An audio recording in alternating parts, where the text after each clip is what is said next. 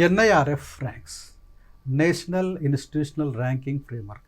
Especially ఇక్కడ భారతదేశంలో ఏంటంటే విద్యకు సంబంధించిన స్టాండర్డ్ చాలా తక్కువగా ఉన్నాయి.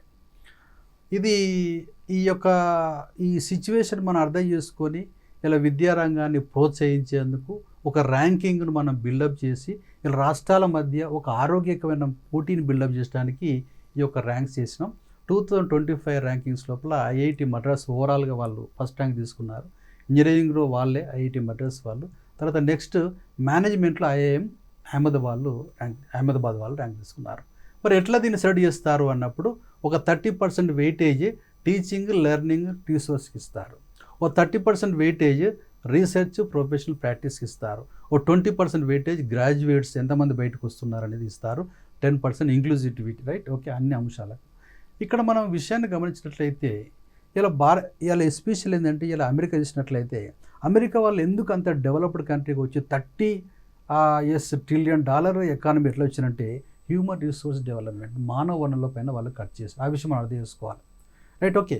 అయితే ఇలా భారతదేశంలో ఎంత ఉన్నాయి, దాదాపు 38 యూనివర్సిటీస్ ఉన్నాయి. అయినప్పటికీ ఇలా భారతదేశానికి ఒక్క ప్రైజ్ కూడా రాదు డిసెంబర్ 10న. ఇలా నోబెల్ ప్రైజ్ ఎప్పుడు స్టార్ట్ చేసారు, 1901లో స్టార్ట్ చేశారు. ఇప్పటికీ ఒక 100 పైన రావాలి మనకు నోబెల్ ప్రైజ్లు. ఎన్ని వచ్చినా మీకు తెలుసు ఆ విషయం. మెయిన్ ప్రాబ్లం ఏంటంటే ఎడ్యుకేషన్లో లో స్టాండర్డ్స్ ఉన్నాయి. కాబట్టి ఈ స్టాండర్డ్స్ మనం తెలుసుకోవాలి, ఫస్ట్ తెలుసుకుని ముందు పోతాం. కాబట్టి ఈ ర్యాంక్స్ అనే ఒక అద్భుతమైన కాన్సెప్ట్ ఇలా లో ఎడ్యుకేషన్ స్టాండర్డ్ కోసం. ఎస్పెషల్లీ విద్య పైన మనం ఒక 6% జీడిపి ఖర్చు చేయాలనుకున్నాం, కానీ 4.6 అనేది లేటెస్ట్ డేటా.